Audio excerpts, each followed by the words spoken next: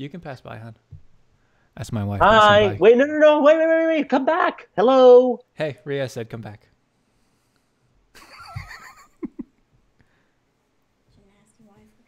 What are you talking about?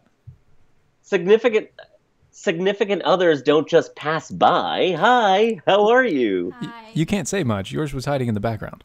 That is true. But you didn't enforce the rule. That's true. That's true. You Hi, did. I'm Riaz. Nice to meet you. Hi. I get stuck on one way or the other in between the dining rooms, so.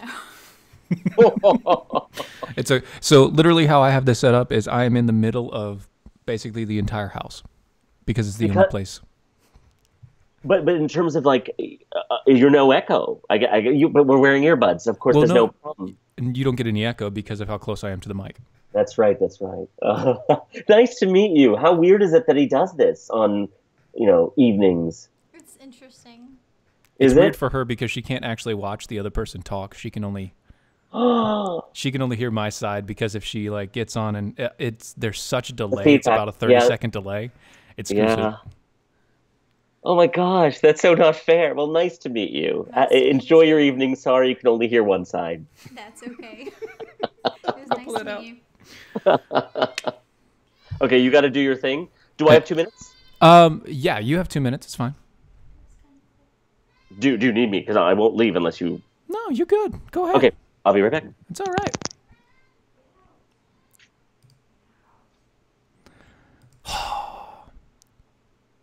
Everybody. Bet you guys are on the stream. It looks like you guys are already on. That's nice. Awesome stuff. Hello. We are getting ready for our 3-minute intro, everybody. I'm sure you guys are ready to go.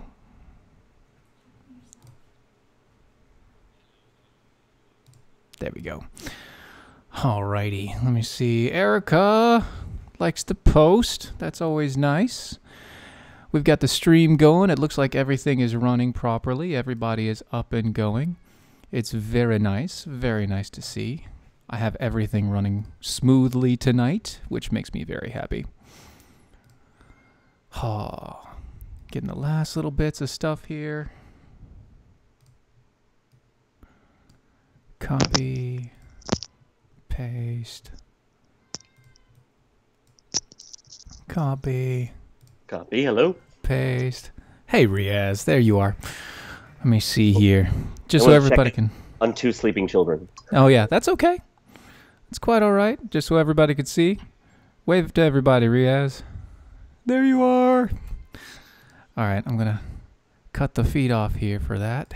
There we go. Just the video feed, not the actual audio feed. Everybody can still hear us. Everybody's going on live. Looks like we have a couple people joining us, which is nice. Hello.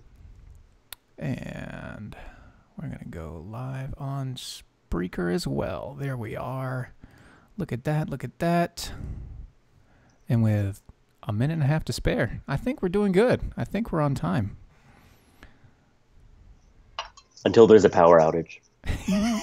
Don't wish that on me, man. Well, I'm not, but you said we're on time. Don't ever say that. In production, don't ever say we're on time. It's like, that's what you said that was wrong. We're on time. So you had to curse it just to make sure it went through. You cursed us. Oh, man. I think this is going to be a good talking. I have no doubt, my friend. Oh, Zero doubt. Zero doubts. Let's stretch. Let's get it out. Get the good neck out there. I've been looking forward to this for so long. I really am. So I'm excited. I really am. I'm very happy that you've been looking forward to it because we have too. We've been wanting to make sure that we get things going. Actually, we've been looking forward to getting more people on. Like Saturday, we had Alfonso Rachel. Ever heard of him? No. Oh, you need to. Okay, I'm taking notes. Yes, you need to. All right. 5-second count in.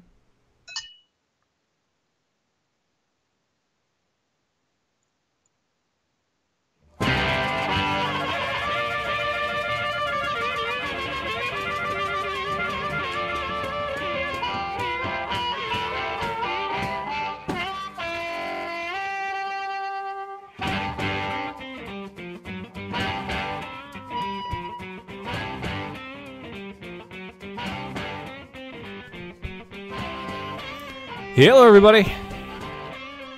This is Steven here with the Defenders of American Exceptionalism. We are live, and I have with me tonight Riaz Patel. Say hello to everybody, Riaz. Hello, good evening.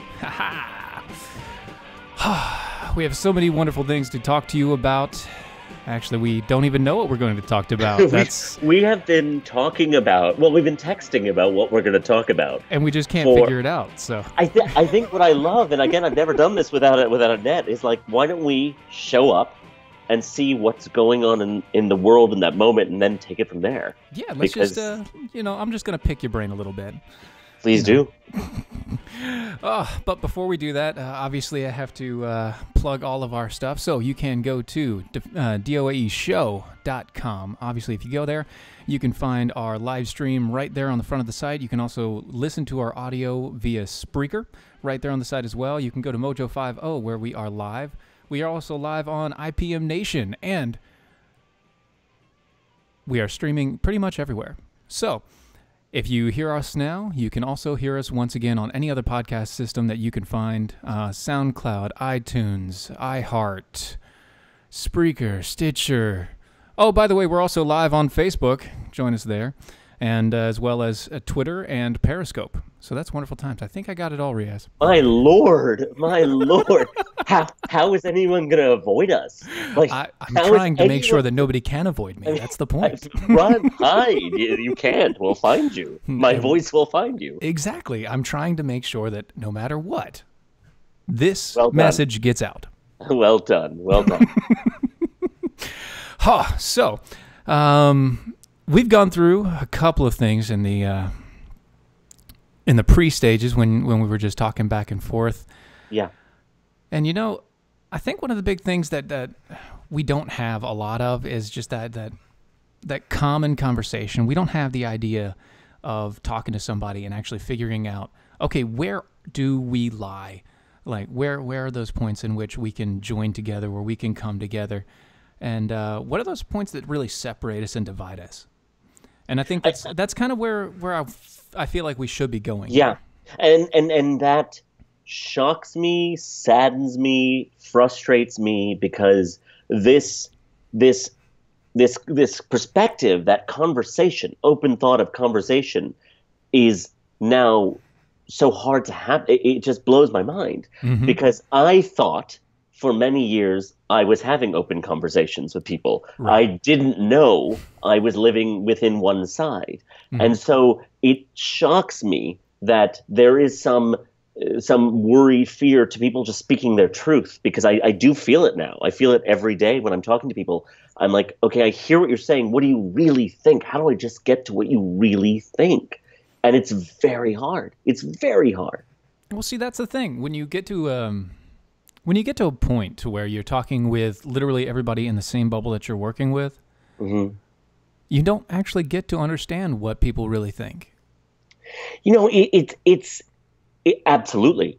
And I think what I've realized is there's an occupational hazard to the way media has been created, which is that the only feedback we get is ratings. That's it. So whatever you are, and I mean the entire country for us, is a number. And our lives, we literally can buy houses or we're homeless based on that number. And so for us, I think there is over time, I'm realizing that we were just trying to guess it right. And by making it more, what we thought we understood, and maybe this and this shortcut and this shortcut, I never realized how out of touch, and I can only speak for myself, how out of touch I was when I thought I was in touch. Right. And the whole idea with that is that you feel like you have your finger on the pulse because, well, you've got the ratings. You've got the people behind you. You have all these people telling you that this is working and these things are hitting and everything's through the roof and it's all going forward. And then you get out to talk to somebody who's not inside of that bubble. And you realize that you're alienating half the population. Without realizing at all. Right. And I would say most of the people that I engage with, talk with, I would say for me, having a 20-year career in Hollywood, there's always Hollywood is, they're over tanned. I'm not over tanned. I'm brown. So I get away with it. I'm just brown. But, they're over tanned. They're this. And it's sort of, I have never seen people who read more voraciously than the people I know from entertainment. But because they're looking for a story. And at the end of the day, that's why they got into it. They really did. Most people wanted to tell stories. And I think what I didn't realize was how much our looking for stories became from a perspective of, okay, how can we slot this? Because we have to sell it. We have to, we have to go into a room and tell people who have no faith in us, this is an idea with no factual basis to it at all that you should invest millions of dollars in.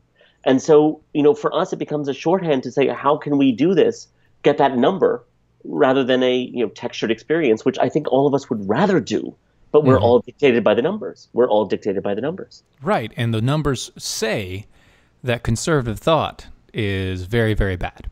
Not anymore, my friend, because I would say, you look at our ratings across all of our traditional cable networks and all, they're down. You look at Oscar telecasts, they're down. You look at sports, they're down. Like we know. I don't think I think it's an awareness. And then what do we do about it? And again, we means I'm one producer, but I don't think the voice is unheard. I think there's a choice now from our end, because we are technically out of power right now. We can either galvanize in our rage, which I'm seeing a lot of and disheartens me, or we can say, okay, what is it we didn't hear? And I keep telling people, and it sounds like I'm engaging, that I'm defending Trump. And again, he's a president. He's not my style. Things about him I don't like. Things about him I do like. But he's a president. I don't think he morally controls the fiber of who we are. I really hope not. No, I mean, I hope no one does that. But I think we can either say, I always tell people, the day of the election was not this shift in who we were as a country. It just was a listening, an awareness of, oh, wait, there's a voice here we hadn't heard. And so I always tell people the lesson is not what happened on that day, but what was happening, what was not heard, what was building, what was before that day that we only heard on that day. And I hope liberals, progressives, don't just say that's the day it all started badly. And if they galvanize around that rage, then I got nothing for them. I got nothing for them. Well, yeah, and you have a couple of perspectives. Now, if you look at actually like Ben Shapiro's perspective on a lot of this, specifically what you're talking about right now, how it was kind of like tone deaf and then suddenly get hit with a brick. It's like, hey, what's that? It's Donald Trump. Well, Donald Trump was just the end result. Donald Trump was the end result, but it was building. I feel that now. And I didn't know that. Right, and everybody thought that was the beginning of this whole dichotomy of everything. No, it was the end result. You had, well before that, you had the Tea Party. You had these conservative groups. You've had... well, the Tea Party from my side is all bad. I mean, the Tea Party from my side from your side, the bad. Tea Party is all bad. Everybody's bad. But then you look at, compare, if you will, compare Tea Party and how they acted and what they did. Like take, for instance, the rallies that they held and the things that were done, where they would sit there, do the rally, have a good conversation, clean up after themselves, and then leave. Very politely, and you take that and you compare it to Occupy Wall Street, or you compare it to now Antifa, where people are going through and they're just destroying people's property, burning stuff down, violating the police, violating other people in the area. The only thing I would say is that I think there are absolutely differences in movements. And I also think there are differences in time, in era. Yes. And I think 4, 5, 6, 7 years ago, no one was nearly as self-involved as they are now. And that's a technological difference, not a presidential difference. So sometimes I think when we go back and look at movements and say compare, contrast, it doesn't get us far because it was a different era. I mean, I remember certain protests where everyone showed up, cleaned up. I mean, there was none of this. Yes. And there's a general disrespect in general that I wish we could teach people, but that I think has eroded over time. But I hear what you're saying, and I think for me, it's how do we say, all right, you're angry. You're absolutely angry. I get it. But if you think the other side is evil or wrong, 50% of them, how do you not see that there might be something you're seeing wrong? That I'm amazed by people who would look at obviously, all blacks and say inferior. I'm amazed at people who look at all Trump people and say, obviously racist. It's as blanket as it can be. The only thing I would say that I always want to talk to, and I talk to Glenn, and when I've talked to people about Ben Shapiro, I've not spoken to Ben or Dave Rubin, is, and I say this in a way as a person who's hugely empathic to things I didn't know, is that I think race plays more of a card, and not in the ways that are always said, not in the ways that are always like, this is in ways that in my own life I would say I didn't have so much bombardment that I was different until people kept reflecting it to me every day until I was like 3, 4, 5, 6, 7, 8. And it's this, and there's difference of many kinds, but there's difference. And I think, as we get to a different era, it's a different way people see it. There's a definite feeling of inferiority. And it's hard to express other than, I remember my husband telling me a story of when he was a kid, he was in Hong Kong. Yeah. And he said, I used to be able to, British kid, he used to spend his summers in Hong Kong. He's like, we would skip over the turnstiles at the subway because we knew we could. Because at the end of the day, the penalties were not so high. You were skipping over a turnstile. And I feel like for me growing up, the penalties were too high. Penalties were too high. I'm going to hold you right there. Copy that. And we're going to do an obscene commercial break. Important stuff. Yep. Commercials are important. We'll be back in just a few minutes, folks.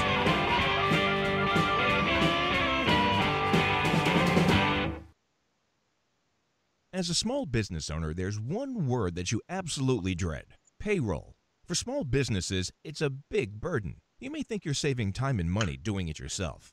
But come on, are you? Timesheets, processing checks, calculating taxes, a total waste of your time. Paychex simplifies payroll processing, saving you time and money. Submit your payroll online, fax it in, or call your dedicated Paychex payroll specialist. And you're done. Learn more at trypaychex.com. Come on, do the math. The IRS dishes out 8 million penalties a year. Make one mistake and you're on the hook. On average, you're losing nearly one business day every month doing payroll. That's time and money you'll never get back, unless you get Paychex. More than 500,000 small businesses already do. Call 877-750-5371. Trade payroll pressure for peace of mind. Call now, 877-750-5371. That's 877-750-5371. Hey, this is Dylan and Steven from Defenders of American Exceptionalism, here to give you the facts about hydration. Thirst pains are real. Chronic joint pains, headaches, and ulcers can often spell dehydration. Water's needed to carry acidic waste away from the cells, and when we're dehydrated, these wastes don't get carried away, leading our nerves to interpret it as pain. If you're tired, it may be dehydration. One study found that a mere drop in water levels in the body can cause a 25 to 30% loss in energy. Even a 3% drop can cause fuzzy thinking, brain fog, and a slower metabolism. How do you remedy this? Some people may ask. Earthwater. Go to earthwater.com/DOAE show to get yours now. These bottles are packed with 70 plus trace minerals, 9.5 pH balance, no carbs, sugars, artificial sweeteners, preservatives, chemicals, or calories. It's organic, gluten-free, and vegan as well because it's, water. And with its high active carbon and molecular oxygen levels and antioxidants, it will hydrate you the way to a better life. That's earthwater.com/DOAE show to get your bottles today. earthwater.com/DOAE show. According to a 2017 Gallup poll, 85% of Americans hate their jobs. 85%. And most of those people will continue to hate their jobs over something as simple as updating and formatting their resume. Let Nicole's Resume Renewal Service help you gain a leg up in an already competitive job market. Please go to www.facebook.com/Nicole's Resume Renewal Service and relieve yourself of the worry of an outdated resume. Use the promo code DEFENDERS and receive $10 off your order of a resume cover letter package. That's www.facebook.com/Nicole's Resume Renewal Service. Don't be part of that 85%. Log on today at www.facebook.com/Nicole's Resume Renewal Service and use the promo code DEFENDERS for $10 off.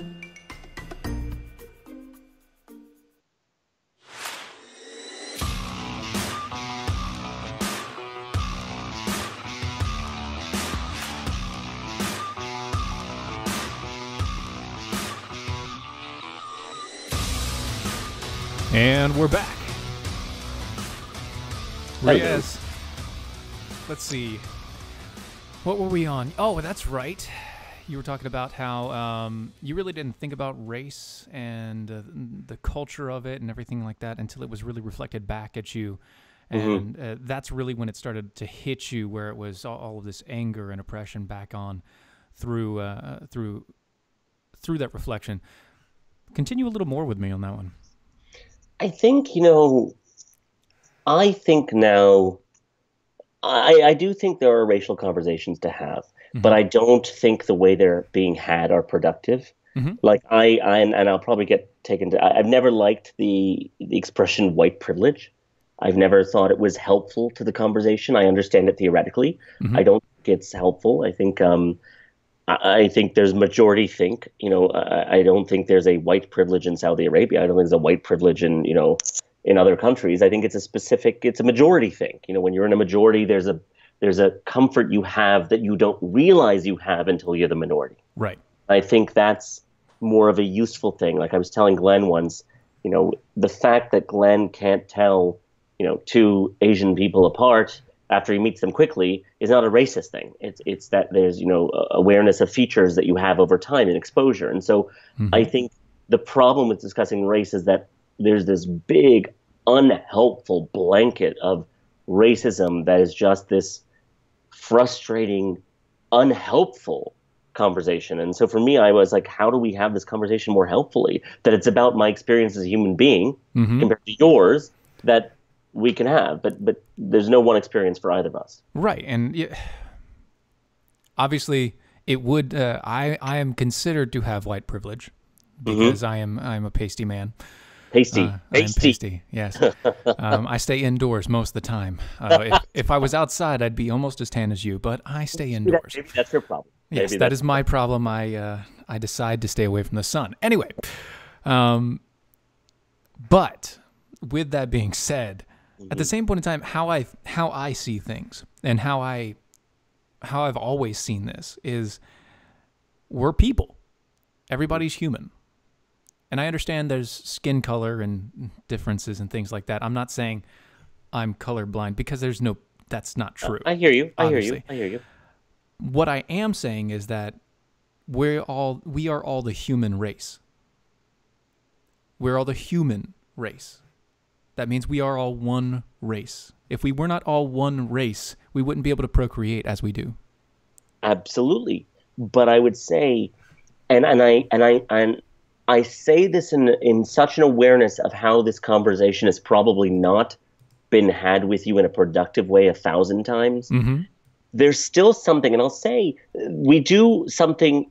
We are condescending when we talk to people about race, because the experience of me as an immigrant from Pakistan coming with my family, my father was a surgeon, came here, is very, very different than the one of an African American who came from a very, very different beginning.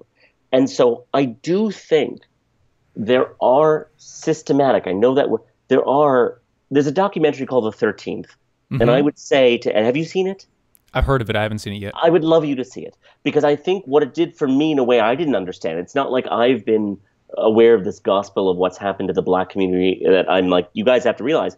This documentary connected the dots in a way that was very real for me. And so I would highly recommend that, one. Okay. Two is that I do think that there's a difference between race, seeing you, seeing me, us engaging each other, which of course as human beings we should and will. And I believe that is what is the essence. And a group that was brought here, and literally as recently as 1960s, 1980s, there are some issues of I feel like it is a systematic issue of how the African American specific community and the white community, how they reconcile will define what America is. Right. Not necessarily the immigrants, because that's again an X factor. It's the African American community that came from within it, and starts from such a shocking disadvantage. And that's something that's a longer conversation to have. It's not easy to explain in a few minutes. It's not easy to explain in a few minutes, but I hope A, the 13th is a great way for people to go if they're interested, and B is that in as much as I will say humbly, I did not know about your point of view. I didn't see it. I was, I grew up early childhood in West Virginia and Maryland, and I'm not like I wasn't born in Manhattan, Right. but I will humbly say I'm aware of things I didn't know from 2 years ago and say I was wrong. I believe there is a lesson to be had from the conservative side to say you've hammered racism at us for 8 whatever plus years. Mm-hmm. Maybe there is something that we don't quite get, and this documentary and maybe our conversations are a way to see it differently, because the way that we've tried to explain it on our side has not been effective. Right, and I see it as a culture. I see it as a cultural thing, not necessarily a skin color for skin color thing, but it's something that's been molded in the culture. It's been molded into the culture of these groups, and we've decidedly segregated ourselves into these little areas and these little pockets, and made ourselves into smaller and smaller groups. I'd only challenge you on that segregation was a choice, because I don't believe that to friends I know, because I went to a very lovely private school, who were bussed in from East Baltimore. Mm-hmm. I don't think when they went home and the people that they interacted with and I think it was a very different world. And I don't mean societally or culturally. I mean starting at a level where you are watched and policed. And I really think if we're honest about race in the 70s and 80s and war against drugs and 3 strikes are out, I think 3 strikes are out for political reasons imprisoned a generation of black men. And you end up in a generation without fathers, and you know what's going to happen. You do the math of fate. Right, and that's actually one of the biggest issues with the community like that, is that you have, and not only that, but you also have a generation of people that have grown up thinking that they don't need that second person to raise a child. I don't know if anyone knows that they don't need it. I don't think anyone would choose to be one parent. I would say I would have agreed with you 30 years ago. Tell me what you think. Well, here's where it's going to. There's a generation of people, and it's my generation, and it's I can do everything by myself. I don't need a person, and especially when it comes to those who are female and giving birth to children, I don't need a man in my life. Sex is being pushed on them as the exact same thing. It's just sex is sex. It's a carnal thing. It's a carnal thing. Go do it. Go do it because you don't because you want to, not because you're trying to create a new generation, not because you're trying to, set a foundation for the future. Do it because you want to do it, and it's something that you want to do, and you can be exactly like a man. It's part of the whole. It's part of an idea of the feminist society where women can be exactly like men in every instance, including wanting sex just for sex's sake.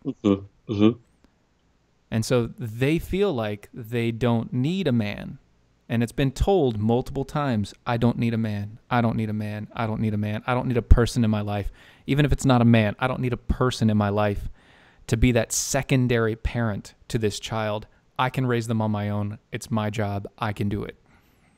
I will say to you, I don't know a single woman who hasn't arrived at that conclusion unless it was the result of the fact they didn't find someone. Like, obviously they can, but I don't think anyone's plan A is to raise a child on their own. I would hope not.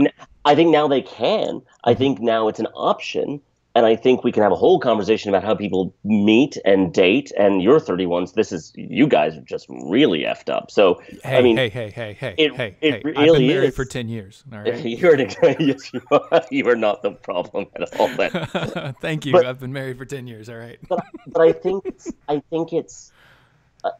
that's a real problem. I think how we define ourselves as individuals. I had an interesting conversation with someone who was trans and male to female and happier, and it's the right choice, and you could see as a human being they are at peace, and that's all you want for another human being. And we had a conversation, and they were oh. Let me stop you there. We got another obscene profit break coming up. I'm sorry. We'll hold it right there, and we'll be right back with Riaz. Bye.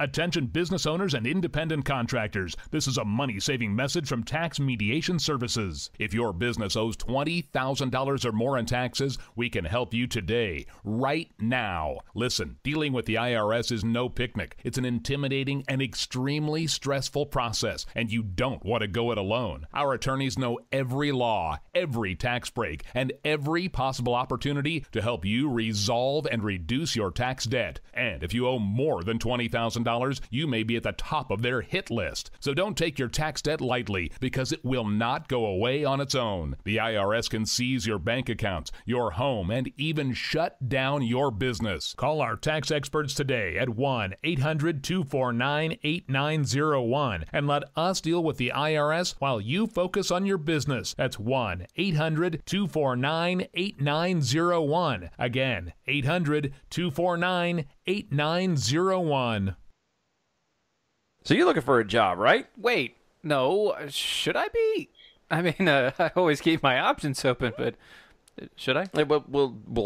We'll talk about that after this goes on. But if you happen to be looking for a job, one of the most important things you will need is an updated and current resume. Are you trying to tell me something here? Nicole's Resume Renewal Service is where you should go take your resume to the next level. I really don't understand. Have you seen what happens when you try to go it alone? Go to facebook.com/Nicole's Resume Renewal Service to get your resume in top shape. And don't forget to use the promo code Defenders for $10 off any resume package. Is this because we aren't going daily right now? That's facebook.com/Nicole's Resume Renewal Service. That's facebook.com/Nicole's Resume Renewal Service with the promo code Defenders for $10 off. Is this really for me? I don't know what you're talking about. No, seriously. Is this for me? Nah, it's water under the bridge. Do you have an idea for an invention or new product? Do you think companies would be interested in your idea? Do you want to try to get a patent? Then call InventHelp now. InventHelp keeps your idea confidential and explains every step of the invention process. We create professional materials representing your idea and submit it to companies who are looking for new ideas. We have more than 9,000 companies who have agreed to review ideas in confidence. If a company shows interest in manufacturing your invention, we can negotiate on your behalf. We have helped over 10,000 clients receive patents. We also offer services including 3D modeling and animation demonstrating your idea, prototyping services, and we use state-of-the-art technology to show InventHelp client ideas to additional companies. Join the thousands of people just like you who chose InventHelp to pursue their idea. We are experienced. We are working for you. We are InventHelp. Call us for free information at 1-800-352-4158. That's 1-800-352-4158. Again, 1-800-352-4158.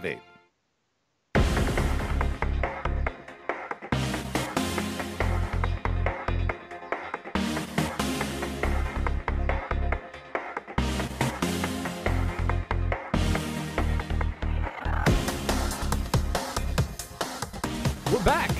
Hello. Got Riaz with me. He was just about to tell a story, but before he does, a little bit more obscene profiting. You saw that image on the screen while you were going there. You can also see it on my shirt.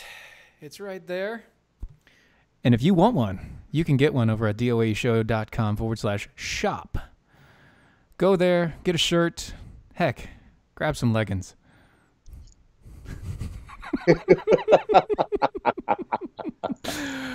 Oh, that's doaeshow.com/shop. Riaz? Yes, sir. You were telling a story.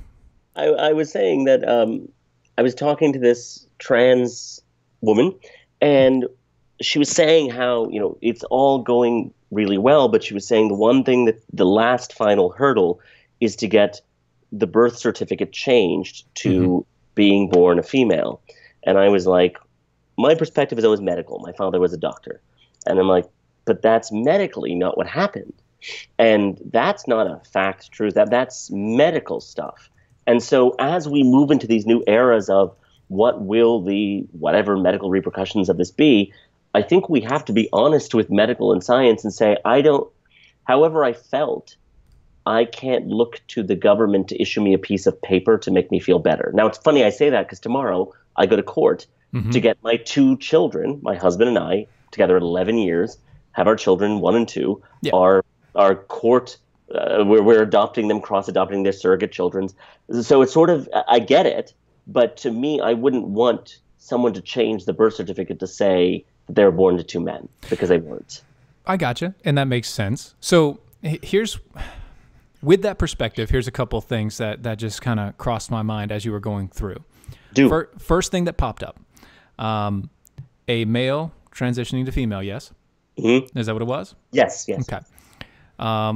In regards to that, no piece of paper will ever tell you what you are feeling, because technically and scientifically, you're always going to be a male, no matter what you outwardly change yourself to be. Agreed. And we wouldn't want the rights, and I wouldn't be going to court tomorrow unless I didn't have those rights with the status I have. Right. So I don't think it's meeting you in the middle. I'll meet you to your perspective halfway, you meet me. Is that I wouldn't want that. I wouldn't need that unless I specifically were not afforded the same rights. And so It becomes that thing where you're like, having this being born X gives me this ability to walk into a room and say, you can't discriminate me. I've got the legal paperwork. And I guess the legal paperwork is what we've all gone a little bit too far, is that the legal paperwork will define our acceptance. And I think every time I talk to someone who's ever been homophobic, it doesn't last long, because they meet me, they talk to me, and then it's like, oh, I guess you're just like everyone else. And I'm like, yeah, exactly. And so the problem is the lack of exposure. And I think I always tell people I talk to people who are homophobic, because how do I talk to them and explain to them they might be wrong? Unless I have that in conversation, then there's no change, there's no awareness, there's no adjustment, there's no thought, there's no catalyst. Exactly. You can't actually change somebody's mind without having a conversation with them, and you can't have a conversation with them without it being civil. And I think these are the two lessons I have taken that I'm trying to apply to the projects I do forward, is that how do we have the conversation civilly? And I'm finding, and I've done so many projects with Glenn, other networks, and it's hard. It's hard to get people not to be triggered. And it's both ways. It is both sides. It is both sides, because everybody's super sensitive about everything. Yeah, and I think at that point it becomes a personal spiritual problem of, why am I so freaking sensitive to external stimuli? Why am I so constantly seeking external stimuli? And I talk to people all the time. I'm like, you have created a digital facsimile of yourself online that can look like you, seem like you, have your best photos, your best angles, your skinniest moments, but your worst emotions. But it's not you. And that I'm constantly trying to do projects that get people to realize there's something. I didn't know this. Trees speak through their roots. I didn't know this, that if they're two trees and one is sick, they actually communicate through their root system to send nutrients across. That is a biological thing that was proven 15 years ago. In the same way, when we are in person, human being to human being, there is a communication through our root system that happens. There's eye contact, there's looking, there's cues, there's nonverbals, there's a breathing, there's 1,000 things that we don't experience when we're posting one way about our feelings. And the fact that people think that's communication, think that's interaction, is the big crisis of our time. Oh yes, definitely. Because how are you going to get into a long-form conversation when you literally have to wait for somebody else to post a response? Yeah. And then you post a 10-page response to them, expecting them to read it all? I've never heard a conversation evolve that way, where I sit quietly for 10 minutes while you compose it, or you just talk at me. and I, it's there's basic. I believe this division. I always say it's a rift, and it's a rift that's very deep, but it's not very wide. That you can step over it in a minute. Right, but if you fall in. But I don't think you can fall in unless you choose to crawl down. Because you really have to say, you are a human being I have nothing to learn from. You are a human being that I know everything about your life. I know enough about your life that I can tell you how to live it. If I think that way, I am literally putting my head and crawling down into a rift. It is not me falling into it. It is me choosing it doesn't make sense. To me, I walk into someone, I'm like, obviously you have a life of thousands and thousands of days I know nothing about. Why didn't you tell me about them? You may not know it, but you just almost quoted Jordan Peterson's book. It's funny. It's interesting you say that, because I just went down a slight 20-minute rabbit hole of Jordan Peterson yesterday, because I've heard enough about him and I had not heard a word. I've not actually heard a word of him speak. And so I went down a bunch of interviews in England and all. And then he said a rule of civil engagement. And my jaw dropped yesterday. Because I'm like, I have been saying that for years now. Is assume the person you're talking to has stuff you don't know. Exactly. There's an amazing woman named Mary Byron, I think is her name. And she constantly says the way you engage the world is a reflection of everything you think and feel. If you think you know someone's life, how are we going to prove you wrong? If you're so sure, how am I going to prove you wrong? Unless I tell you there's stuff about me you don't know. Right.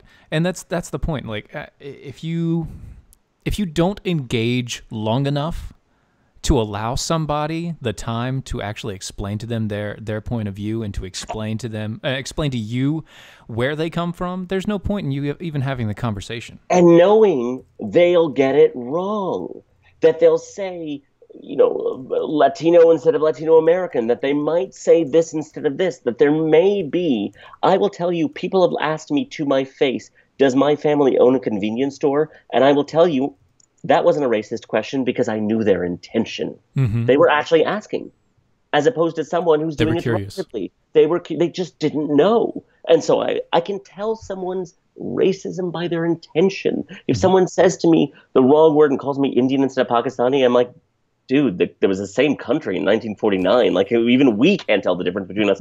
But it's I forgive people for the mistakes. And I think in this policing of speech, it doesn't allow for the mistakes, so the conversations become very short. Right. Well, that goes to another kind of rule in that aspect. It's self-policing. Policing yourself, making sure that you check your attitude, making sure that you check your words. Make sure that your words are always truthful. They're always honest. Making sure that your turn of speech and how you're saying things and what you're saying is conveying what you're trying to convey. But your honesty comes from what you know, and that can shift. What you think you know. And so I would say on both sides, when they speak from what they believe is their honesty, as they're speaking, check, is this honesty? Is this what I need? Is this because it makes me feel better? Is it because I thought this? Because I got picked on? Because I want to make someone, like, what is their true honesty? Because anytime I've ever met someone who was in any way remotely racist, homophobic, whatever it is, at some point we have a 5-minute conversation. It comes down to, oh, this is something about your dad. Oh, this is something about the cousin. Oh, it's never about me. You don't know me. How could you possibly have an opinion about me we never met? Right. It's about you. So I believe in this self-policing because it's how I live my life. Is that, but when people speak from honesty, they have to know that honesty is moments to moment. It's only based on the information they have, and that information changes the second they speak to someone else. Right, and the way that you speak and how you speak is the hardest thing to interpret, especially online.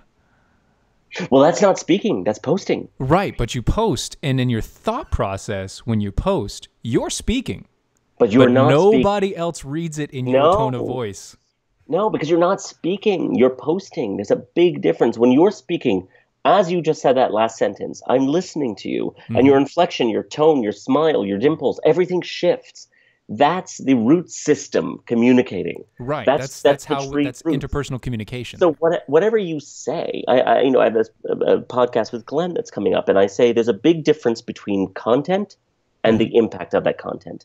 I can put something out there in the world, and if no one changes their mind, did it matter? Or it can put someone out there and just anger everyone. What is the impact? I think a story should now, these days, have both. It should be what the content is and what the impact of that content is. And I think it's really important as we're talking to people to say, what is the intention that this conversation started with? Before you and I even started, I closed my eyes for a minute and I was like, what is this intention?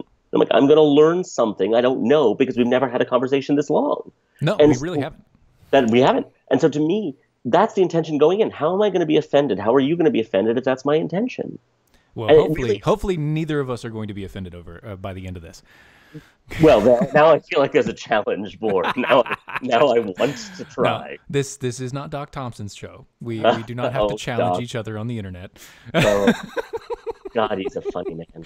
I do love that guy. He's a wonderful person. And a good human being. Good human being. Yes, very good. Very good, especially with what he tries to do and how he tries to work. Yeah. Of course, he does try to poke fun, too. Well, you have to laugh. What's Yes. the point? You do have to laugh. But, so, going back to one of the other things that we were talking about, knowing your intent, knowing what you're saying and why you're saying it and how you're saying it, it kind of goes to, you know, something that we were thinking about talking about, which was the Kanye West thing that happened. Yeah. You know, and with that, I'm going to take a break. Copy that.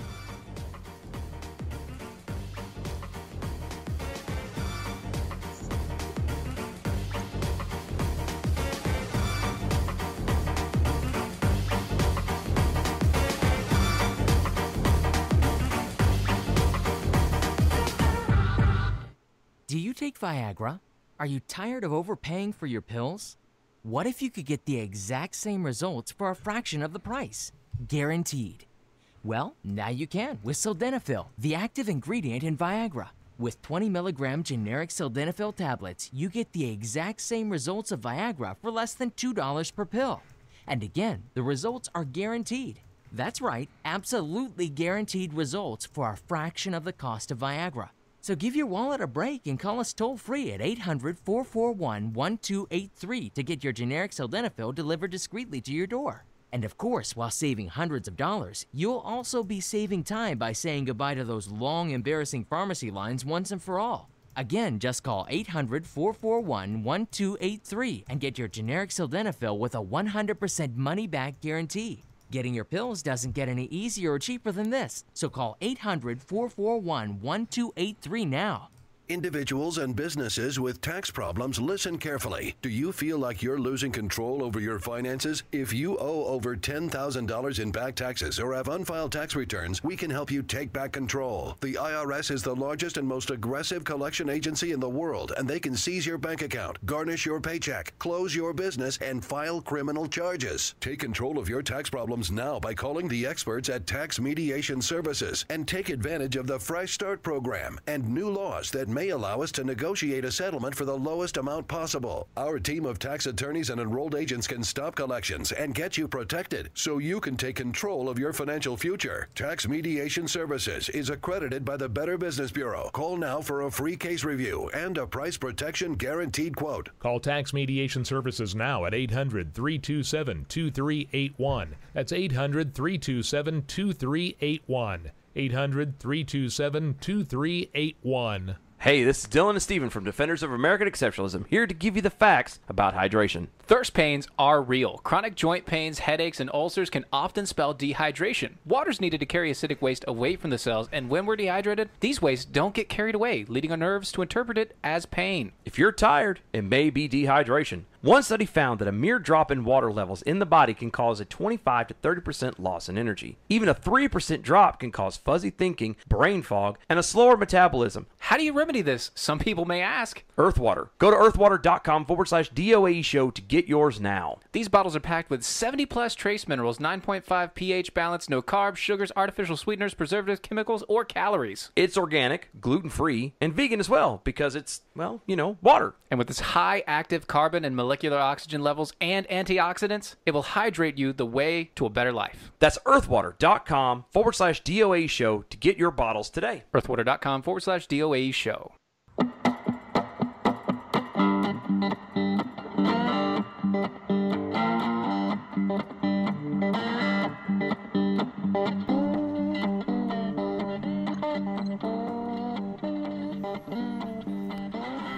Oh, last segment of the night. Riaz is holding on with us.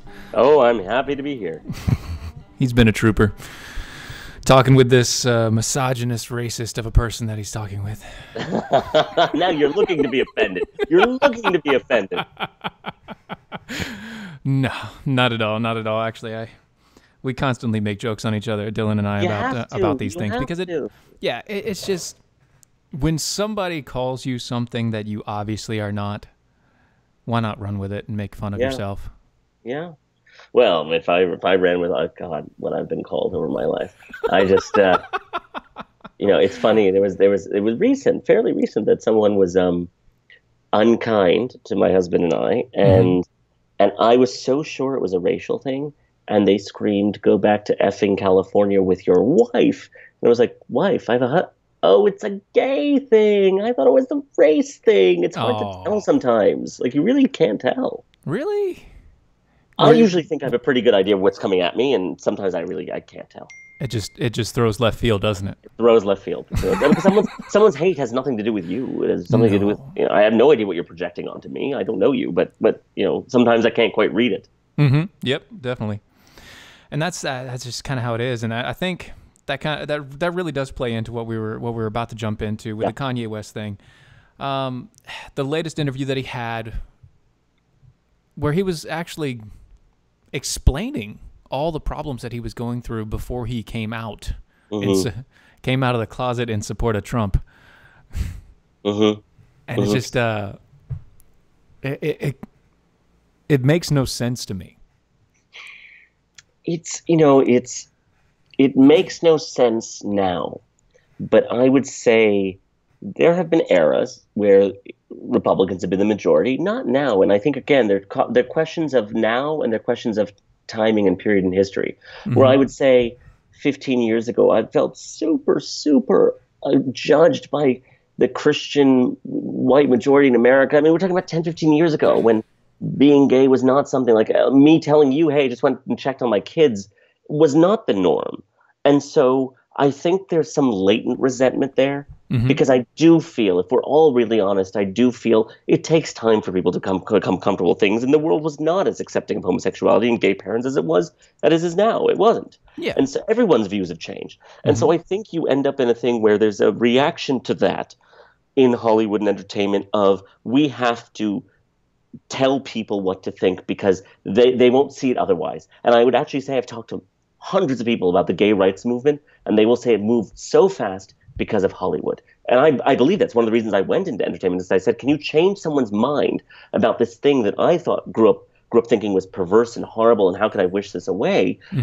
It could be, I watched a movie and I was like, oh, it's just as beautiful as anyone else's love story. So I do think Hollywood had a role to play in changing thought 10, 15 years ago that I believe was useful, because my own life changed. I have 2 kids now. I'm married. I don't think that would have happened as quickly if it hadn't been for entertainment showing people gay characters, showing them they were just normal.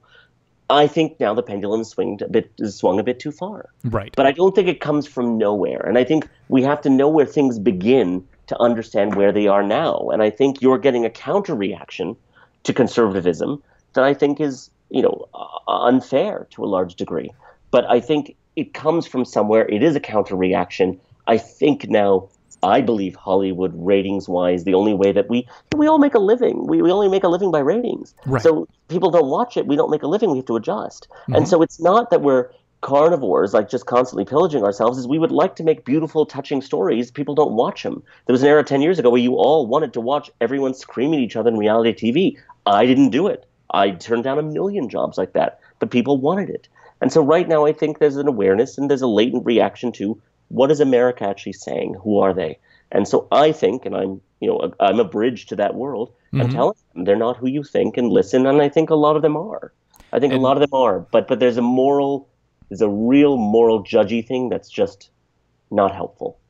It is. And I understand it because, one, I am a Christian, generally, heterosexual, Christian, male, blah, blah, blah, blah, blah. All of those listings down there where somebody would say, oh, aren't you supposed to judge that guy? Just about as much as I judge myself. Sure. Yeah. Sure. Yeah, I see it as a sin. But guess what? I sin every day. Every day. But say 10, 15 years ago, would Christian peers of yours in church have felt that way about homosexuality and gay marriage? Or there was a change in societal norms? Well, that's the case. Yeah, that is what it is. There is a huge shift in societal norms, but there also, like you said, there was a backlash because of that. A huge backlash. And to your point where you were talking about how Hollywood was set up and the rating system and everything, I would recommend reading. Ben Shapiro wrote it. where he actually sat down. This was years ago. He sat down and interviewed back to back large Hollywood producers, TV show producers, movie producers, and talked to them about all of these things and how things went. And then he went through and took quotes from everybody that was doing that. And you might be surprised that some of the information that you were given might have been skewed too. Meaning what? Meaning what kind of information? Meaning the ratings information.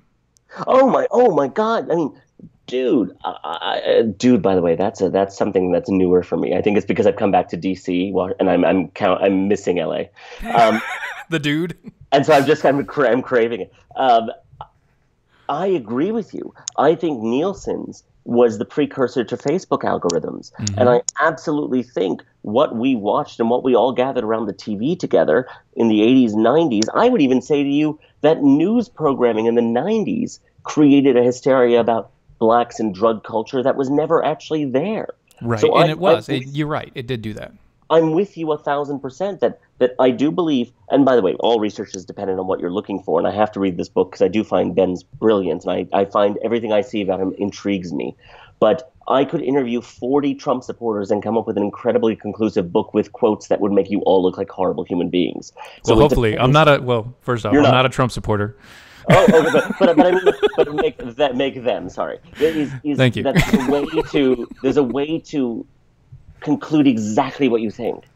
Mm-hmm. You know, it's to interview enough people and to pull it together. It's what I do in edits. But I think the challenge now is how to create stories that are fully balanced, and it's a challenge. I'm trying to get people to be just honest with me on this podcast with Glenn on projects I'm doing. Is just say, be honest, but people are afraid. They're afraid of being misconstrued. They're afraid of that soundbite lasting forever. Which it will. And so, you know, it's I think the tragedy of Glenn's life is that these sound bites, you know, from a younger Glenn, not necessarily expressed the best way, but the ideas are not bad. The ideas are not evil, but his expression mode was different, and they've lived, 10, 15 years after. They live well beyond what they should have lived. These were things in a moment. They were in evenings programming. I know how hard it is to program an hour a night. You are scrambling to keep the audience in, like what he had to pull out and throw out. That is a ratings, that is a machine, that is a network. It's not Glenn Beck. Mm-hmm. And that's just, that is kind of what it is. And, he had his audience. Obviously, you've had your audience. And they were very different in the ways that they thought and everything else. But the way that the system works is about the same. Mm-hmm. It's always driven by the numbers, always driven by the money, always driven by what can get the best point. And you, my friend, with your 3 commercial breaks, you will find as you get more and more listeners, and you have, and I mean this, and I wish you great success, as you get more and more listeners, as you get the tens of thousands, 20,000, 100,000, 200,000, 1 million, those come with specifics. Can you do this? Can you adjust this? No one, and I've been in this industry for 20 years, no one gets to that many people without having adjusted their message to get there. It's really hard to do it. And even the Ben Shapiros, the Dave Rubins, they're doing it in their own way, in a way that's more authentic and fresh. Mm-hmm. They're doing it. And you do that, right? But you adjust in a way that refines who you are. We hope as a persona. Let's see what you do when you cross your 2 millionth listener. I really hope that I'm about the same, just better. I hope so. But you're amazed when people start showing up, and it's the business of it. And I think, as we look at politics and the morality of it, and Hollywood and the morality of it, and there's, most people believe, conservatives I know believe in capitalism and the market and sort of letting it dictate. Mm-hmm. It dictates a lot. And if you want influence, and I believe there's ways to do it with good. I intend to do it with good in my heart. But it is the pressures that come as you go bigger and bigger and your audience gets bigger and bigger will astound you and surprise you. It's just, I've seen it a million times. I really hope that the pressures don't kill us. They don't kill you. They won't. It's a choice every day, and you are a good human being. You'll make it. But we'll see as you get more popular. It's that whole how's your soul sort of thing. Yeah. Well, we have hit about an hour. It is Did you know lovely. That? It went by It did. It went by so quick. It really did. Riaz, thank you so much. Guys, My pleasure. Everybody that's been listening and watching, you can obviously go back and look at all of our stuff on our website, doashow.com. You can find us on Facebook, YouTubes. You can find us on the Twitters. Pretty much anywhere that you want to go. I'm on a Twitter, by the way, Yes. at Riaz Patel, because I find it, I don't love Twitter, but I find it a useful way of hearing people. I don't find it a useful way of communicating. I find it a useful way of hearing people. So, and then Facebook, RiazPatel.producer, is projects now that I'm funding mostly independently about trying to get people to talk in this void. There you go. And we are out.